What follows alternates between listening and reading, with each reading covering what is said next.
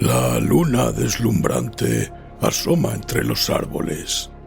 La oscuridad de la noche lo inunda todo y una tenue niebla comienza a aparecer. Adéntrate en el bosque, busca el árbol viejo, siéntate a su lado. Ponte cómodo, cierra los ojos y escucha la historia que traen hasta ti las criaturas de la noche. Bienvenidos. Estos son los cuentos del bosque oscuro.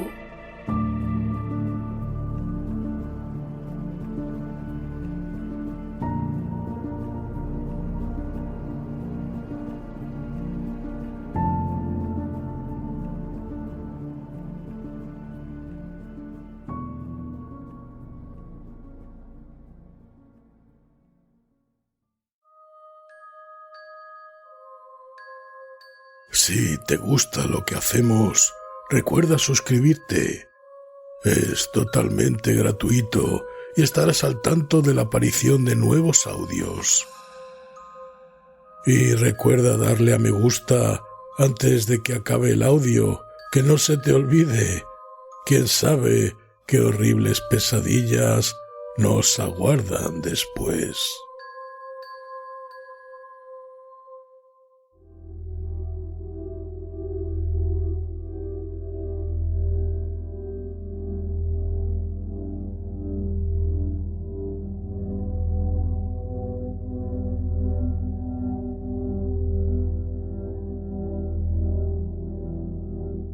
Un descenso al Maelstrom, de Edgar Allan Poe.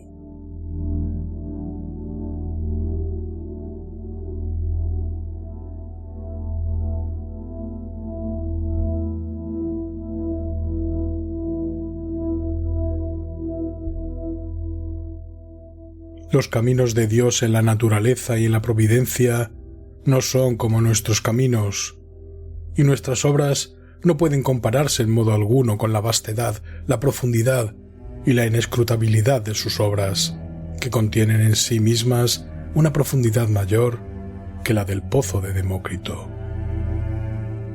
Joseph Glanville.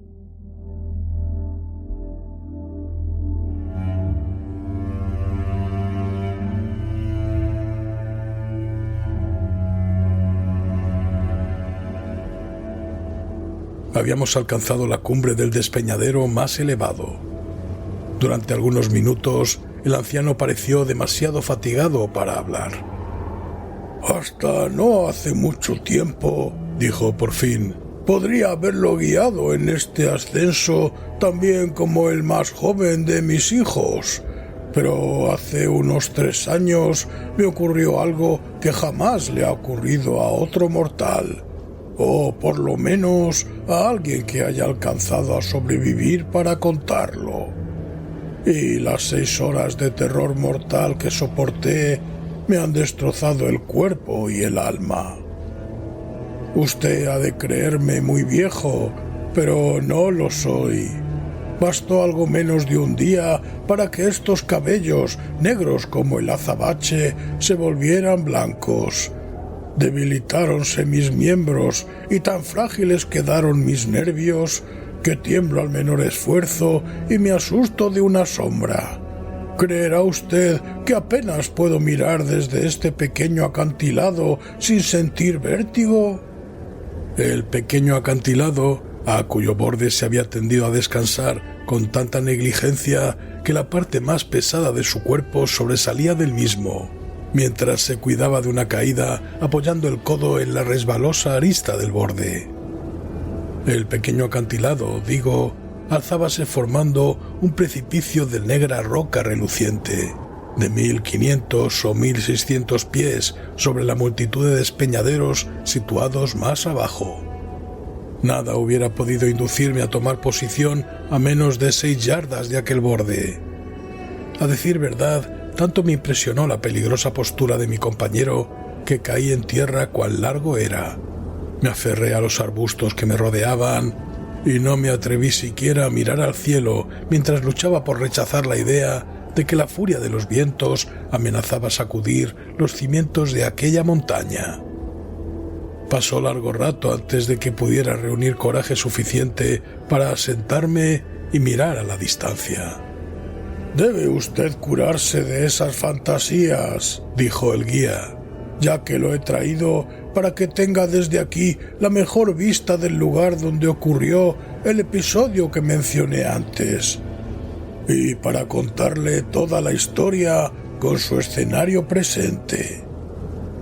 Nos hallamos», agregó con la manera minuciosa que le distinguía, «nos hallamos muy cerca de la costa de Noruega, a los 68 grados de latitud, en la gran provincia de Nordland, en el distrito de Lodofen. La montaña cuya cima acabamos de escalar es Elsegen, la nebulosa. Enderécese usted un poco, sujetándose a matas si se siente mareado. Así. Mire ahora, más allá de la cintura de vapor que hay debajo de nosotros, hacia el mar». Miré lleno de vértigo y descubrí una vasta extensión oceánica cuyas aguas tenían un color tan parecido a la tinta que me recordaron la descripción que hace el geógrafo nubio del Mare Tenebrarum.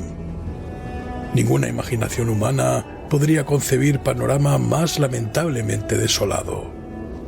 A derecha e izquierda y hasta donde podía alcanzar la mirada se tendían como murallas del mundo cadenas de acantilados horriblemente negros y colgantes, cuyo lúgubre aspecto veíase reforzado por la resaca que rompía contra ellos su blanca y lívida cresta, aullando y rugiendo eternamente. Opuesta al promontorio sobre cuya cima nos hallábamos y a unas 5 o 6 millas dentro del mar, advertíase una pequeña isla de aspecto desértico. Quizás sea más adecuado decir que su posición se adivinaba gracias a las salvajes rompientes que la envolvían. Unas 2 millas más cerca alzábase otra isla más pequeña, horriblemente escarpada y estéril, rodeada en varias partes por amontonamientos de oscuras rocas. En el espacio comprendido entre la mayor de las islas y la costa, el océano presentaba un aspecto completamente fuera de lo común. En aquel momento soplaba un viento tan fuerte en dirección a tierra que un bergantín que navegaba mar afuera se mantenía a la capa con 2 rizos en la vela mayor, mientras la quilla se hundía a cada momento hasta perderse de vista. No obstante, el espacio a que he aludido no mostraba nada que semejara a un oleaje embravecido, sino tan solo un breve, rápido y furioso embate del agua en todas direcciones, tanto frente al viento como hacia otros lados. Tampoco se advertía espuma, salvo en la proximidad inmediata de las rocas. «La isla más alejada», continuó el anciano, «es la que los noruegos llaman Barg. La que se halla a mitad del camino es Moscow. A 1 milla al norte verá la de Ambaren. Más allá se encuentran Islesen, Hotholm, Keidelm, Schwarben y Backholm. Aún más allá, entre Moscow y Barg, están Otterholm, Flimen, Sandflesen y Stockholm. Tales son los verdaderos nombres de estos sitios. Pero, ¿qué necesidad había de darles nombres? No lo sé, y supongo que usted tampoco. ¿Oye alguna cosa? ¿Nota algún cambio en el agua? Llevábamos ya unos 10 minutos en lo alto del Helsegen, al cual habíamos ascendido viniendo desde el interior del Lofoden, de modo que no habíamos visto ni una sola vez el mar hasta que se presentó de golpe al arribar a la cima. Mientras el anciano me hablaba, percibí un sonido potente y que crecía por momentos, algo como el mugir de un enorme rebaño de búfalos en una pradera americana. Y en el mismo momento reparé en que el estado del océano a nuestros pies, que correspondía a lo que los marinos llaman picado, se estaba transformando rápidamente en una corriente orientada hacia el este. Mientras la seguía mirando, aquella corriente adquirió una velocidad monstruosa. A cada instante, su rapidez y su desatada impetuosidad iban en aumento. 5 minutos después, todo el mar hasta Burg Hervía de cólera incontrolable, pero donde esa rabia alcanzaba su ápice era entre Moscow y la costa. Allí, la vasta superficie del agua se abría y trazaba en 1000 canales antagónicos, reventaba bruscamente en una convulsión frenética, encrespándose, hirviendo, silbando, y giraba en gigantescos innumerables vórtices, y todo aquello se atorbellinaba y corría hacia el este con una rapidez que el agua no adquiere en ninguna otra parte, como no sea al caer en un precipicio. En pocos minutos más, una nueva y radical alteración apareció en escena. La superficie del agua se fue nivelando un tanto y los remolinos desaparecieron uno tras otro, mientras prodigiosas fajas de espuma surgían allí donde antes no había nada. A la larga, y luego de dispersarse a una gran distancia, aquellas fajas se combinaron unas con otras y adquirieron el movimiento giratorio de los desaparecidos remolinos, como si constituyeran el germen de otro más vasto. De pronto, instantáneamente, todo asumió una realidad clara y definida, formando un círculo cuyo diámetro pasaba de 1 milla. El borde del remolino estaba representado por una ancha faja de resplandeciente espuma, pero ni la menor partícula de ésta resbalaba al interior del espantoso embudo, cuyo tubo, hasta donde la mirada alcanzaba a medirlo, era una pulida, brillante y tenebrosa pared de agua, inclinada en un ángulo de 45 grados con relación al horizonte, y que giraba y giraba vertiginosamente con un movimiento oscilante y tumultuoso, produciendo un fragor horrible entre rugido y clamoreo, que ni siquiera la enorme catarata del Niágara lanza al espacio en su tremenda caída. La montaña temblaba desde sus cimientos y oscilaban las rocas. Me dejé caer boca abajo, aferrándome a los ralos matorrales en el paroxismo de mi agitación nerviosa. Por fin pude decir a mi compañero: «Esto no puede ser más que el enorme remolino del Maelstrom». «Así suelen llamarlo», repuso el viejo. «Nosotros los noruegos le llamamos el Moskowstrom, a causa de la isla Moscow». Las descripciones ordinarias de aquel vórtice no me habían preparado en absoluto para lo que acababa de ver. La de Jonas Ramus, quizá la más detallada, no puede dar la menor noción de la magnificencia o el horror de aquella escena, ni tampoco la perturbadora sensación de novedad que confunde al espectador. No sé bien en qué punto de vista estuvo situado el escritor aludido, ni en qué momento, pero no pudo ser en la cima del Helseggen, ni durante una tormenta. He aquí algunos pasajes de su descripción que merecen, sin embargo, citarse por los detalles que contienen, aunque resulten sumamente débiles para comunicar una impresión de aquel espectáculo. «Entre Lofoden y Moscow», dice, «la profundidad del agua varía entre 36 y 40 brazas. Pero del otro lado, en dirección a Burg, la profundidad disminuye al punto de no permitir el paso de un navío sin el riesgo de que encallen las rocas, cosa posible aún en plena bonanza.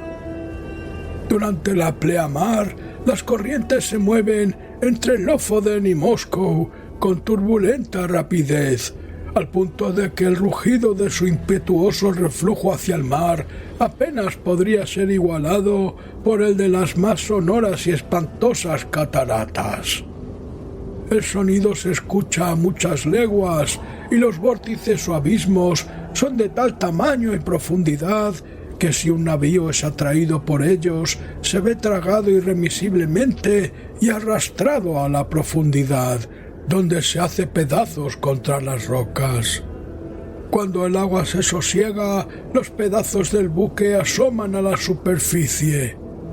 Pero los intervalos de tranquilidad se producen solamente en los momentos del cambio de la marea y con buen tiempo, apenas duran un cuarto de hora antes de que recomience gradualmente su violencia. Cuando la corriente es más turbulenta y una tempestad acrecienta su furia, resulta peligroso acercarse a menos de 1 milla noruega. Botes, yates y navíos han sido tragados por no tomar esa precaución contra su fuerza atractiva. Ocurre asimismo con frecuencia que las ballenas se aproximan demasiado a la corriente y son dominadas por su violencia. Imposible resulta entonces describir sus clamores y mugidos mientras luchan inútilmente por escapar. Cierta vez, un oso que trataba de nadar del Lofoden a Moscú fue atrapado por la corriente y arrastrado a la profundidad, mientras rugía tan terriblemente que se le escuchaba desde la costa. Grandes cantidades de troncos de abetos y pinos absorbidos por la corriente vuelven a la superficie rotos y retorcidos a un punto tal que no pasan de ser un montón de astillas. Esto muestra claramente que el fondo consiste en rocas aguzadas contra las cuales son arrastrados y frotados los troncos. Dicha corriente se regula por el flujo y reflujo marino que se suceden constantemente cada 6 horas. En el año 1645, en la mañana del domingo de sexagésima, la furia de la corriente fue tan espantosa que las piedras de las casas de la costa se desplomaban. Por lo que se refiere a la profundidad del agua, no me explico cómo pudo ser verificada en la vecindad inmediata al vórtice. Las 40 brazas tienen que referirse indudablemente a las porciones del canal linderas con la costa, sea de Moscú o de Lofoden. La profundidad en el centro de Moskostrom debe ser inconmensurablemente grande, y la mejor prueba de ello la da la más ligera mirada que se proyecte al abismo del remolino desde la cima del Helseggen. Mientras, encaramado en esta cumbre, contemplaba el rugiente Phlegethon allá abajo, no pude evitar sonreír de la simplicidad con que el honrado Jonas Rasmus consigna, como algo difícil de creer, las anécdotas sobre ballenas y osos, cuando rescata evidente que los más grandes buques actuales, sometidos a la influencia de aquella mortal atracción, serían el equivalente a una pluma frente al huracán y desaparecerían instantáneamente. Las tentativas de explicar el fenómeno, que en parte, según recuerdo, me habían parecido suficientemente plausibles a la lectura, presentaban ahora un carácter muy distinto e insatisfactorio.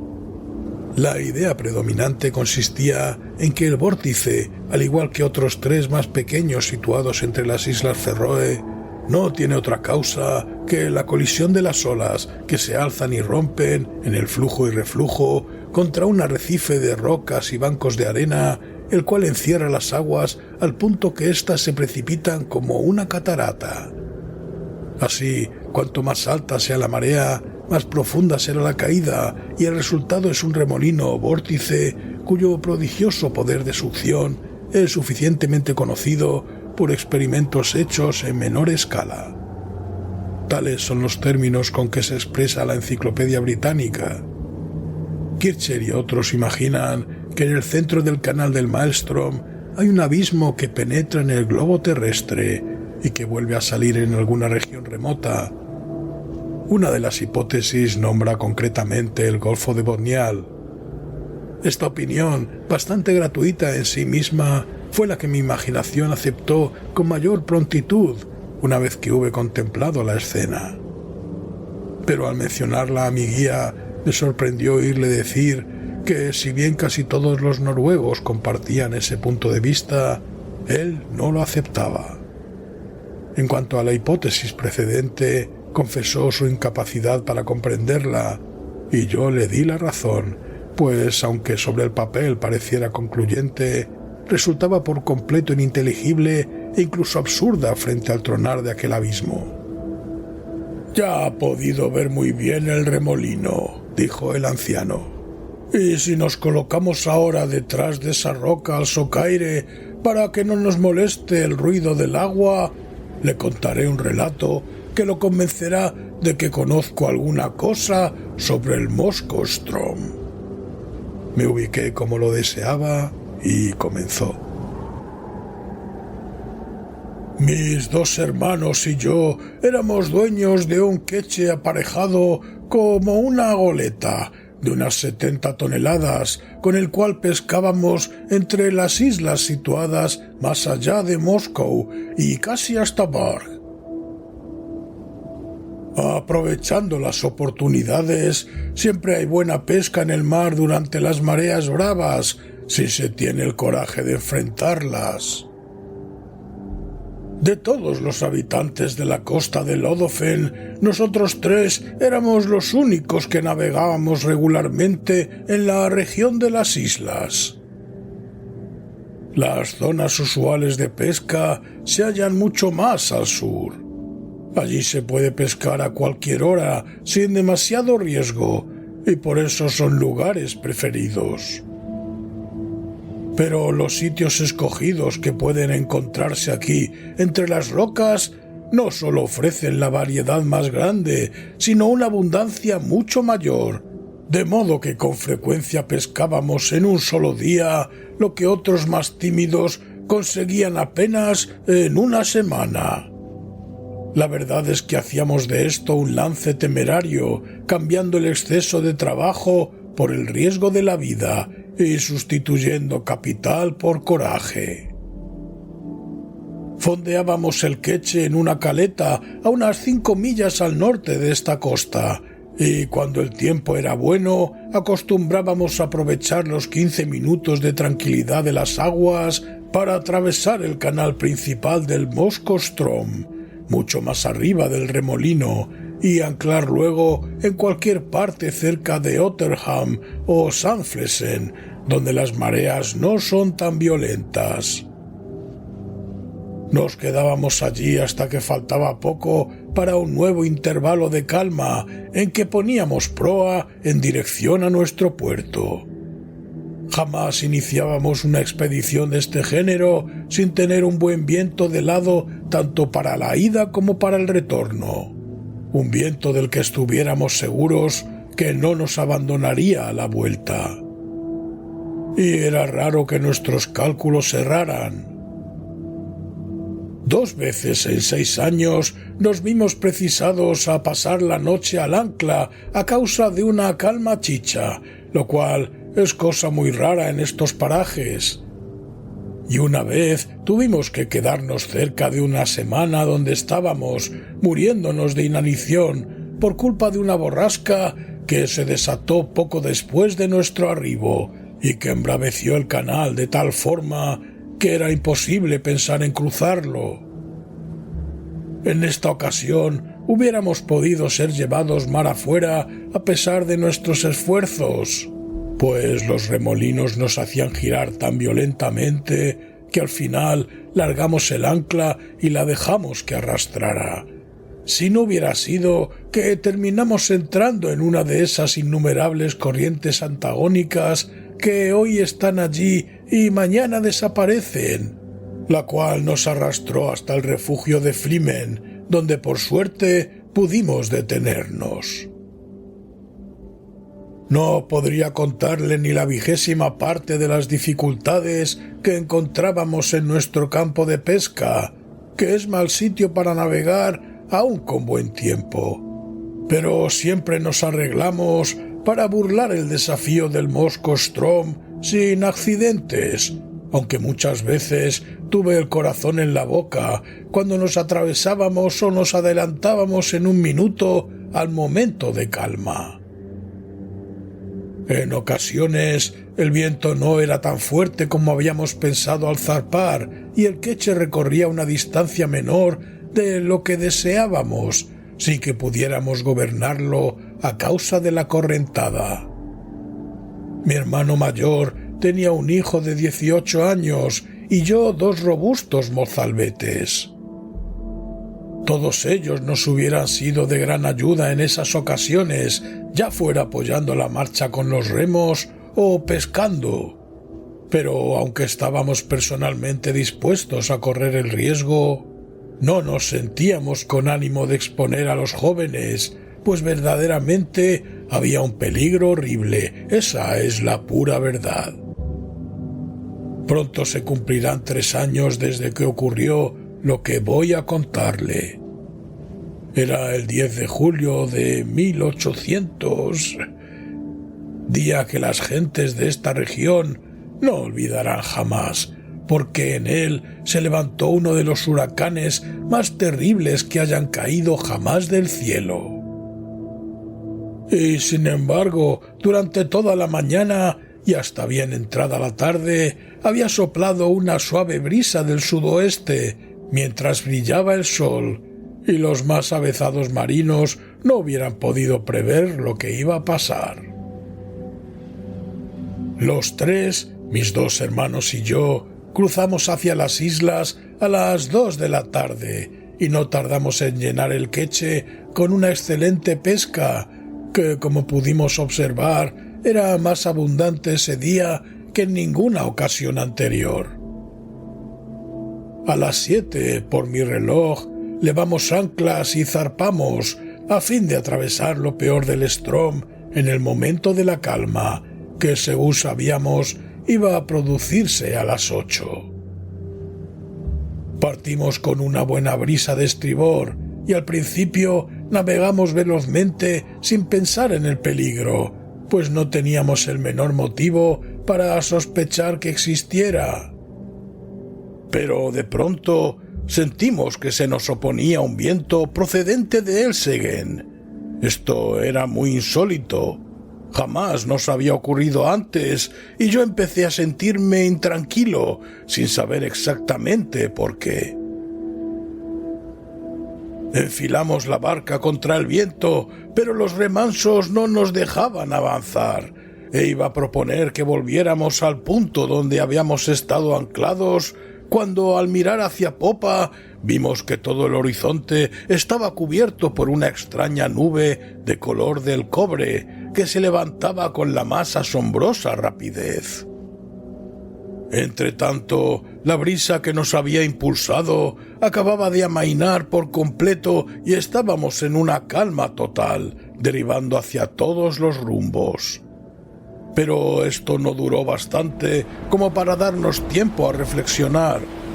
En menos de 1 minuto nos cayó encima la tormenta y en menos de 2 el cielo quedó cubierto por completo. Con esto y con la espuma de las olas que nos envolvía, todo se puso tan oscuro que no podíamos vernos unos a otros en la cubierta. Sería una locura tratar de describir el huracán que siguió. Los más viejos marinos de Noruega jamás conocieron nada parecido. Habíamos soltado todo el trapo antes de que el viento nos alcanzara, pero a su primer embate los 2 mástiles volaron por la borda como si los hubiesen aserrado, y uno de los palos se llevó consigo a mi hermano mayor, que se había atado para mayor seguridad. Nuestra embarcación se convirtió en la más liviana pluma que jamás flotó en el agua. El queche tenía un puente totalmente cerrado, con solo una pequeña escotilla cerca de proa, que acostumbrábamos cerrar y asegurar cuando íbamos a cruzar el Strom, por precaución contra el mar picado. De no haber sido por esta circunstancia, hubiéramos zozobrado instantáneamente, pues durante un momento quedamos sumergidos por completo. ¿Cómo escapó a la muerte mi hermano mayor? No puedo decirlo, pues jamás se me presentó la oportunidad de averiguarlo. Por mi parte, tan pronto hube soltado el trinquete, me tiré boca abajo en el puente, con los pies contra la estrecha borda de proa y las manos aferrando una armella próxima al pie del palo mayor. El instinto me indujo a obrar así, y fue indudablemente lo mejor que podía haber hecho. La verdad es que estaba demasiado aturdido para pensar. Durante algunos momentos, como he dicho, quedamos completamente inundados, mientras yo contenía la respiración y me aferraba a la armella. Cuando no pude resistir más, me enderecé sobre las rodillas, sosteniéndome siempre con las manos, y pude así asomar la cabeza. Pronto nuestra pequeña embarcación dio una sacudida como hace un perro al salir del agua, y con eso se libró en cierta medida de las olas que la tapaban. Por entonces estaba tratando yo de sobreponerme al aturdimiento que me dominaba, recobrar los sentidos para decidir lo que tenía que hacer, cuando sentí que alguien me aferraba del brazo. Era mi hermano mayor, y mi corazón saltó de júbilo, pues estaba seguro de que el mar lo había arrebatado. Mas esa alegría no tardó en transformarse en horror, pues mi hermano acercó la boca a mi oreja mientras gritaba «Moskostrom». Nadie puede imaginar mis sentimientos en aquel instante. Me estremecí de la cabeza a los pies como si sufriera un violento ataque de calentura.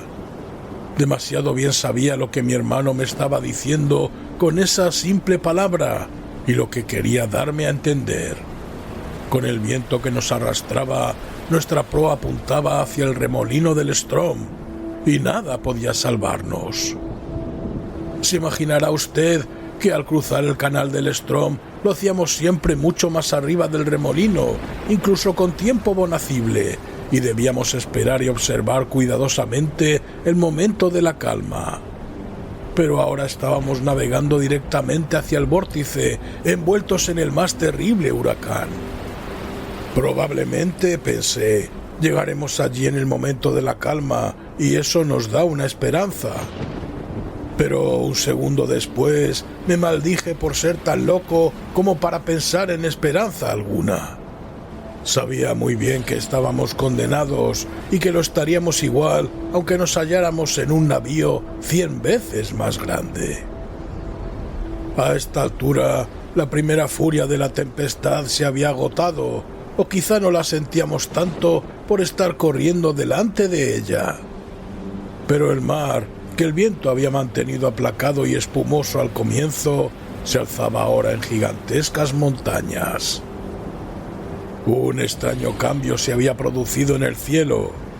Alrededor de nosotros y en todas direcciones seguía tan negro como la pez, pero en lo alto, casi encima de donde estábamos, se abrió repentinamente un círculo de cielo despejado, tan despejado como jamás he vuelto a ver, brillantemente azul, y a través del cual resplandecía la luna llena con un brillo que no le había conocido antes.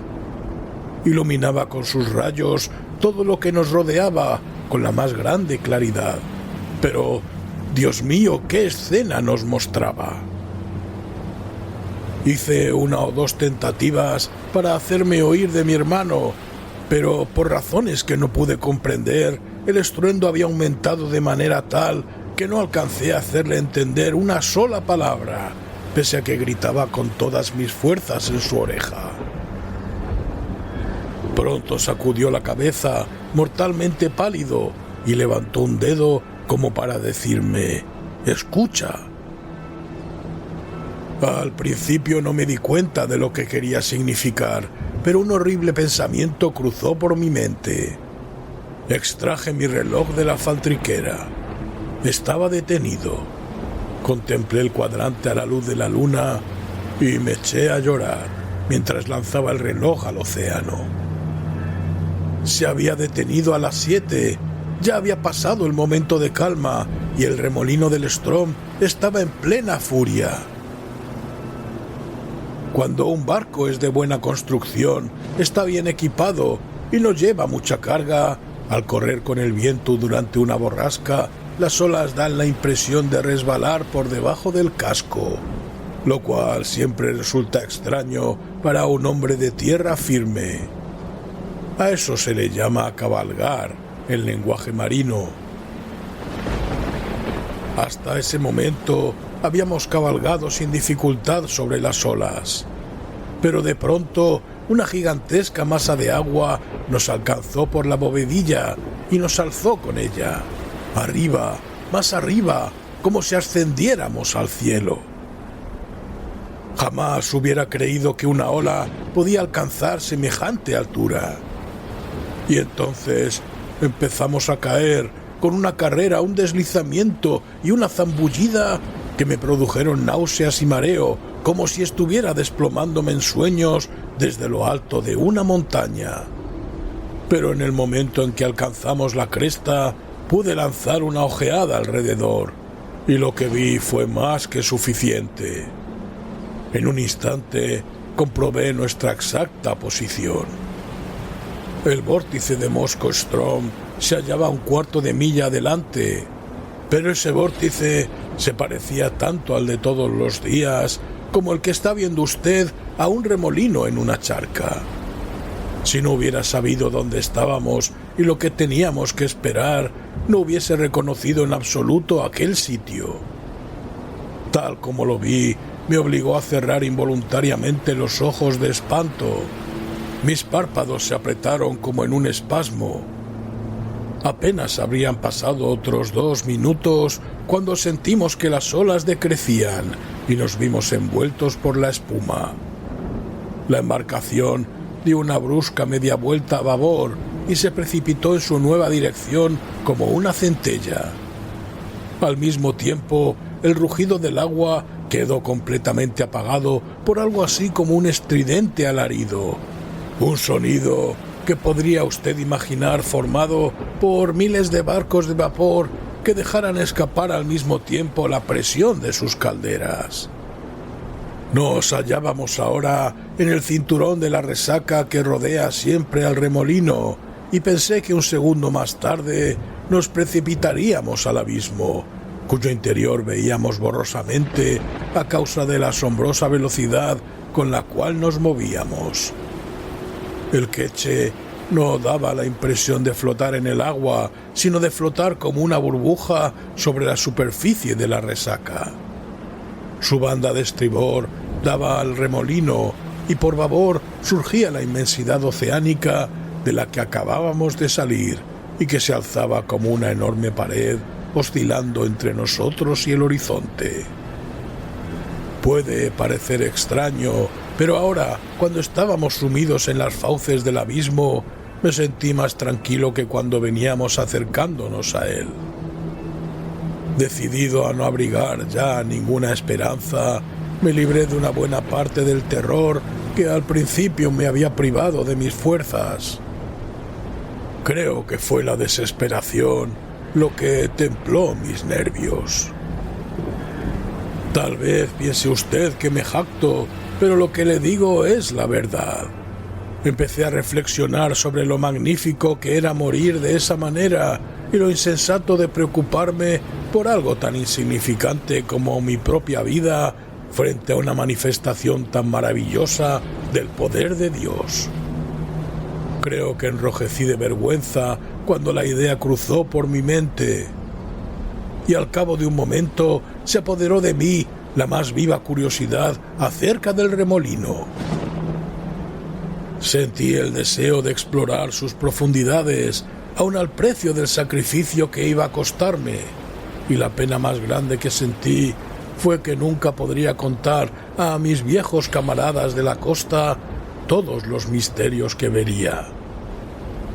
No hay duda que eran estas extrañas fantasías en un hombre colocado en semejante situación, y con frecuencia he pensado que la rotación del barco alrededor del vórtice pudo trastornarme un tanto la cabeza.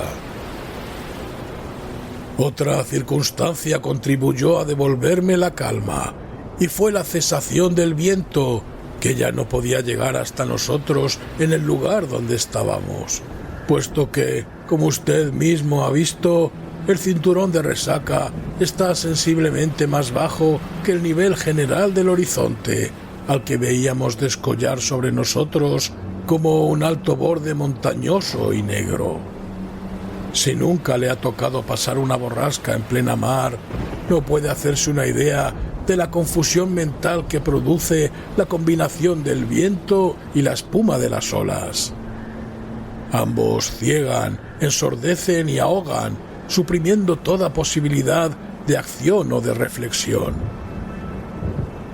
Pero ahora nos veíamos en gran medida libres de aquellas molestias. Así como los criminales condenados a muerte se ven favorecidos con ciertas liberalidades que se les negaban antes de que se pronunciara la sentencia.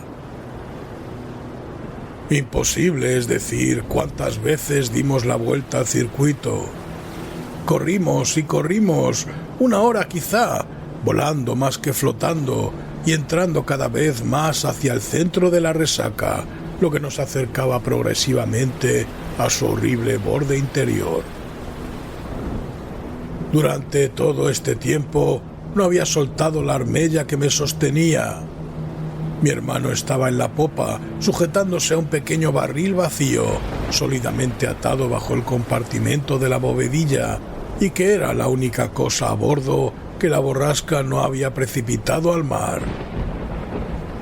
Cuando ya nos acercábamos al borde del pozo, soltó su asidero y se precipitó hacia la armella, de la cual, en la agonía de su terror, trató de desprender mis manos, ya que no era bastante grande para proporcionar a ambos un sostén seguro. Jamás he sentido pena más grande que cuando lo vi hacer eso, aunque comprendí que su proceder era el de un insano, a quien el terror ha vuelto loco furioso. De todos modos, no hice ningún esfuerzo para oponerme. Sabía que ya no importaba quién de los dos se aferrara a la armella, de modo que se la cedí y pasé a popa, donde estaba el barril. No me costó mucho hacerlo, porque el queche corría en círculo con bastante estabilidad, solo balanceándose bajo las inmensas oscilaciones y conmociones del remolino. Apenas me había firmado en mi nueva posición cuando dimos un brusco bandazo a estribor y nos precipitamos de proa al abismo. Murmuré presurosamente una plegaria a Dios y pensé que todo había terminado. Mientras sentí la náusea del vertiginoso descenso, instintivamente me aferré con más fuerza al barril y cerré los ojos. Durante algunos segundos no me atreví a abrirlos, esperando mi aniquilación inmediata, y me maravillé de no estar sufriendo ya las agonías de la lucha final con el agua. Pero el tiempo seguía pasando y yo estaba vivo. La sensación de caída había cesado y el movimiento de la embarcación se parecía al de antes, cuando estábamos en el cinturón de espuma, salvo que ahora se hallaba más inclinada. Junté coraje y otra vez miré lo que me rodeaba. Nunca olvidaré la sensación de pavor, espanto y admiración que sentí al contemplar aquella escena.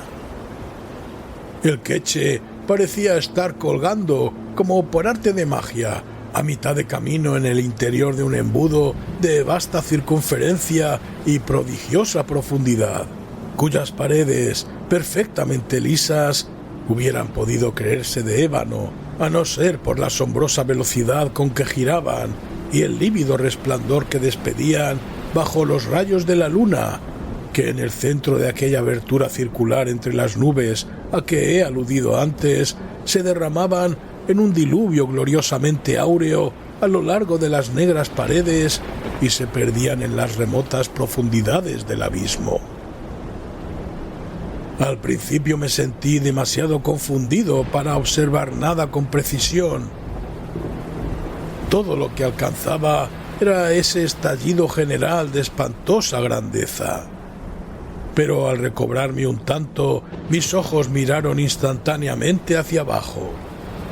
Tenía una vista completa en esa dirección, dada la forma en que el queche colgaba de la superficie inclinada del vórtice. Su quilla estaba perfectamente nivelada, vale decir que el puente se hallaba en un plano paralelo al del agua, pero esta última se tendía formando un ángulo de más de 45 grados, de modo que parecía como si estuviésemos ladeados. No pude dejar de observar, sin embargo, que a pesar de esa situación, no me era mucho más difícil mantenerme aferrado a mi puesto que si el barco hubiese estado a nivel. Presumo que se debía a la velocidad con que girábamos. Los rayos de la luna parecían querer alcanzar el fondo mismo del profundo abismo, pero aún así no pude ver nada con suficiente claridad, a causa de la espesa niebla que lo envolvía todo y sobre la cual se cernía un magnífico arco iris semejante al angosto y bamboleante puente que, según los musulmanes, es el solo paso entre el tiempo y la eternidad.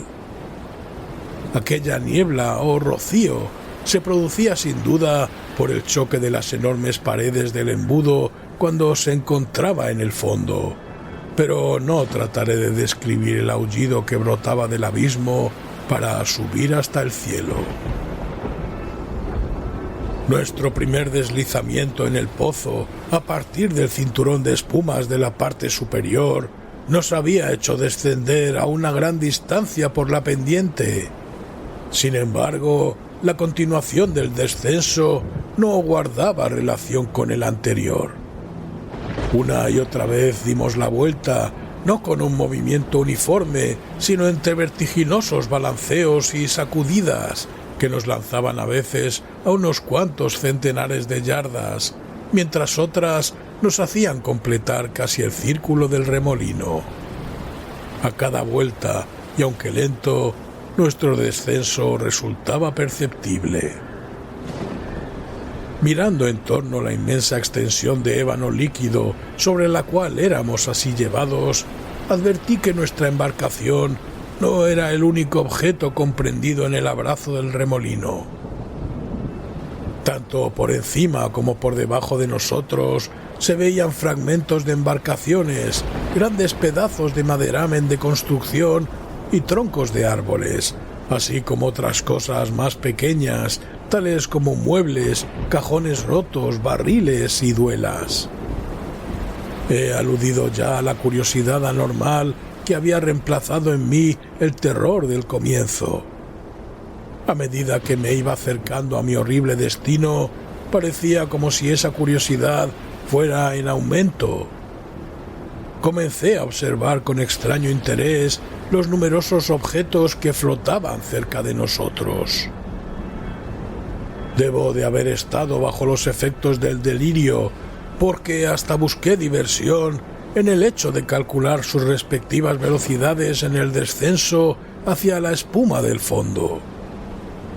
Ese abeto, me oí decir en un momento dado, será el que ahora se precipite hacia abajo y desaparezca. Y un momento después me quedé decepcionado al ver que los restos de un navío mercante holandés se adelantaban y caían antes. Al final, después de haber hecho numerosas conjeturas de esta naturaleza y haber errado todas, ocurrió que el hecho mismo de equivocarme invariablemente me indujo a una nueva reflexión. Y entonces me eché a temblar como antes y una vez más latió pesadamente mi corazón.